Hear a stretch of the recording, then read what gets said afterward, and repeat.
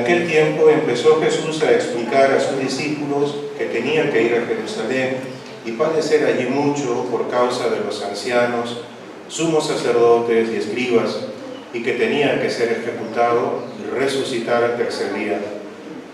Pedro se lo llevó aparte y se puso a reprenderlo.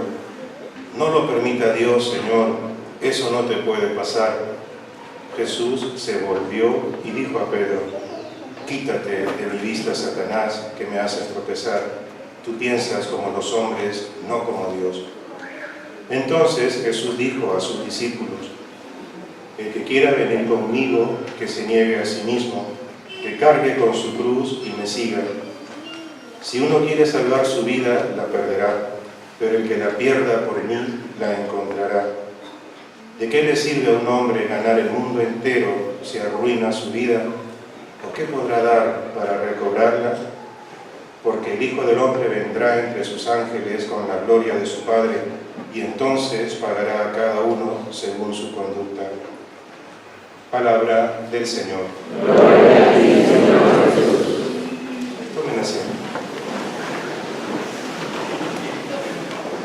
El trozo del Evangelio de Mateo que acabamos de ver en esta oportunidad podemos partirlo en dos partes. La primera de ellas, en la que Jesús hace el primer anuncio de su pasión, y en la segunda parte, las condiciones para poder seguir a Jesucristo. Y recordemos que en esta primera parte en la que Jesús habla de su propia muerte, viene a continuación de aquel otro pasaje que ya habíamos visto el día domingo, en el que se nos hacía ver la primacía de Pedro, que es Pedro el que responde: tú eres el Mesías, el Hijo de Dios bendito, tú eres el Mesías. Esto es lo que le había dicho Pedro, y Jesús le había respondido: bienaventurado eres tú, Simón, hijo de Jonás, porque esto no te lo enseñó nadie de carne y hueso, sino mi Padre que está en el cielo. Y frente a esta proclamación de la fe de Pedro, Jesucristo le dirá a sus discípulos: pero no digan nada a la gente, no hablen todavía de esto a la gente, porque, y eso es lo que veremos ahora también en la reprensión a Pedro, porque Jesucristo va a revelarse como Dios a través de la muerte de cruz. Y esto será lo que marcará todo el Evangelio de Marcos, porque recordemos que mientras que Mateo y Lucas nos presentan la triple tentación de Cristo en el desierto, Marcos no nos va a decir cuáles fueron estas tentaciones, porque en el Evangelio de Marcos la tentación que tendrá Jesucristo será una sola a lo largo de todo el Evangelio, y esta es: ¿para qué morir en la cruz? ¿Por qué tienes que morir en la cruz? ¿De qué sirve tu muerte en la cruz? Y entonces vemos lo que está aconteciendo ahora. Jesús está hablando por primera vez a sus discípulos acerca de su muerte, y ellos no entienden nada. Les hablará por segunda vez de su pasión y no entenderán nada. Y cuando les habla por tercera vez que Él tendrá que morir, los discípulos no entienden nada. Y esto se refleja en la postura que manifiesta Pedro ahora. Jesucristo entonces está hablando de su muerte, y la escena es realmente impresionante, porque nos dice que Pedro se lo lleva aparte. Pedro habla a solas con Jesús. Pedro le va a decir estas cosas a Jesús: no lo permita Dios, Señor, eso no te puede pasar. ¿Cómo es posible que hables de estas cosas? ¿Cómo es posible que tengas que morirte en la cruz? De ninguna manera, de ninguna manera. Esto es lo que dice Pedro. Y si notamos en el Evangelio de Marcos, pues la constante que dirán los demonios a Jesucristo será esta: ya sabemos que tú eres el Hijo de Dios. ¿Has venido acaso a atormentarnos antes de tiempo? Si ya sabemos quién eres, tú eres el Hijo de Dios. Tú eres el Hijo de Dios, le dirán también los demonios. Pero, ¿cuál es la finalidad de esta revelación que harán los demonios? Recordemos que el demonio, pues, nunca se nos presenta como algo desagradable, sino siempre se nos va a presentar como una cosa buena. La sutileza del demonio la ejerce entonces sobre cada uno de nosotros, presentándonos algo como si fuera bueno, como que si esto fuera bueno. Y entonces, ¿qué es lo que hace Jesucristo frente a esta proclamación de los demonios? Los va a callar. Jesucristo los callará a todos los demonios, porque Jesucristo se va a revelar como Dios únicamente a través de la muerte y y muerte de cruz. Recuerden en el Evangelio de Marcos cuando el centurión, al ver el costado traspasado de Jesucristo, dirá: verdaderamente este hombre era hijo de Dios, porque para eso ha venido al mundo, para morir en la cruz. Esto era la misión que tendrá Jesucristo, el morir en la cruz para el perdón de todos nuestros pecados. Esto es lo que tendrá que hacer el Mesías, esto es lo que tendrá que hacer el Cristo de Dios, morir en la cruz. Y sabemos de esta gran tentación de Jesucristo que la manifestará también en el huerto. Recuerden, Jesucristo en el huerto. Marcos nos dirá que se llenó de pavor y de angustia. Han terminado la cena pascual, se están dirigiendo al monte de los olivos. Marcos nos dice que se llenó de pavor y de angustia. Y Mateo, que es judío, nos dice: y cayó rostro en tierra y se puso a rezar. Recuerden que los judíos siempre rezan de pie. Recuerden la parábola del fariseo y del publicano, porque el judío siempre, hasta el día de hoy, reza de pie. El judío no se pone de rodillas. El judío reza de pie delante de Dios. ¿Y qué es lo que ocurre? Con Jesucristo está tirado en el suelo, porque, recuerden, Marcos, las piernas no le sostenían.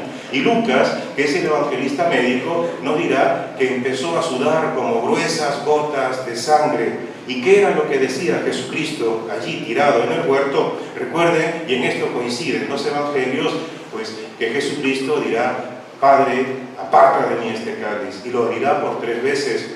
La carta a los hebreos nos dice que esto lo decía Jesucristo con poderoso clamor y lágrimas, es decir, gritando y llorando. Se dirigía a su Padre diciéndole: aparta de mí este cáliz. Pero terminará Jesucristo diciendo: no se haga lo que yo quiero, sino lo que quieras tú. Y de esta manera, pues Jesucristo irá a la muerte y muerte de cruz.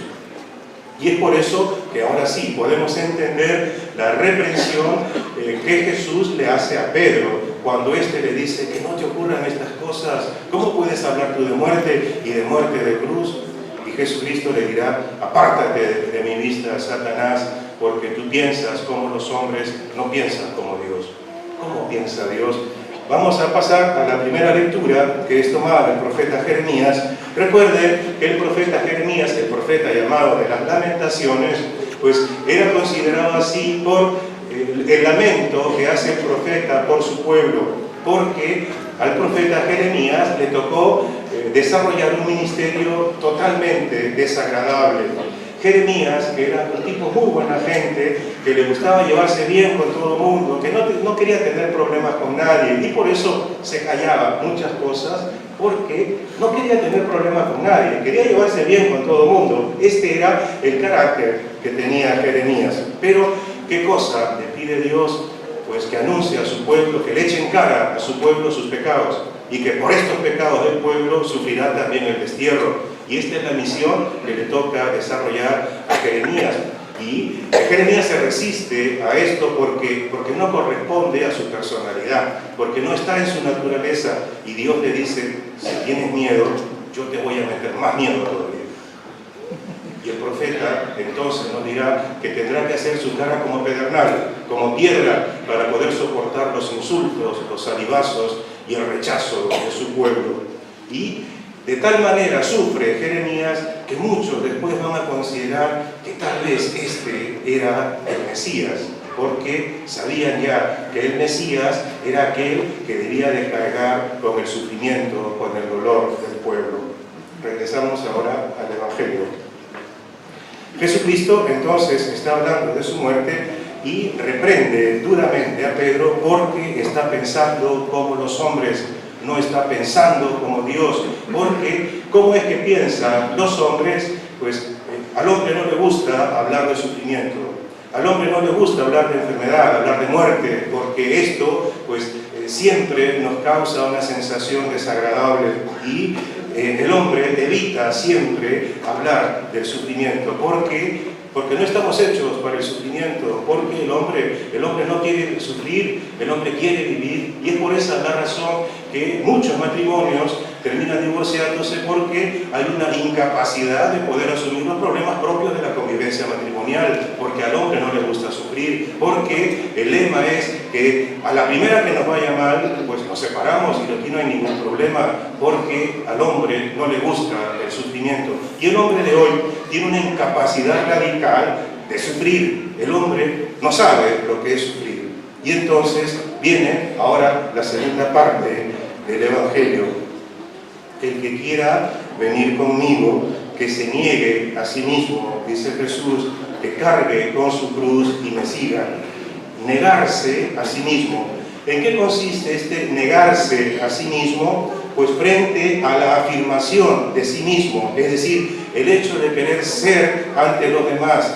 Y en este querer ser ante los demás lo demostramos en el tener más que los demás. Y entonces nos creemos mejores que los demás porque tenemos más que los demás. Y de esta manera pues podemos humillar también a los demás en este deseo de autoafirmación, en este deseo de querer ser, pues la gran mayoría de veces terminamos también humillando a los demás.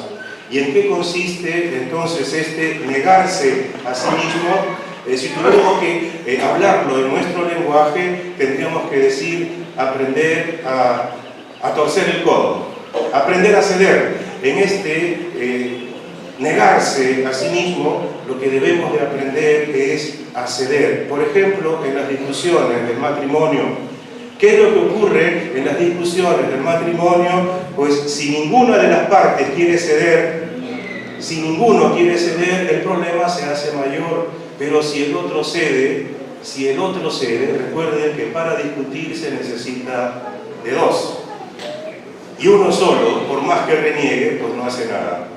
Y entonces, frente a estos deseos de autorrealización, de querer ser, pues de querer afirmarse a sí mismo, Jesucristo presenta la negación de sí mismo. Y por eso Pablo, en su carta a los Corintios, hablará de aquellos que buscan el afirmarse a sí mismos, el vivir para sí, dirá San Pablo. ¿En qué consiste este vivir para sí mismo? Pues en este darse gusto en todo, en este nunca negarse nada, en este querer ser más que los demás, imponiéndose también a los demás. Esto es el vivir para sí, que es contrapuesto con el vivir de Jesucristo, porque Jesucristo es el que no vive para sí mismo, sino vive para los demás, en función del resto. ¿Qué es lo que te falta? ¿Qué es lo que necesitas? ¿Qué es lo que quieres? Está siempre atento, compadeciéndose del hombre.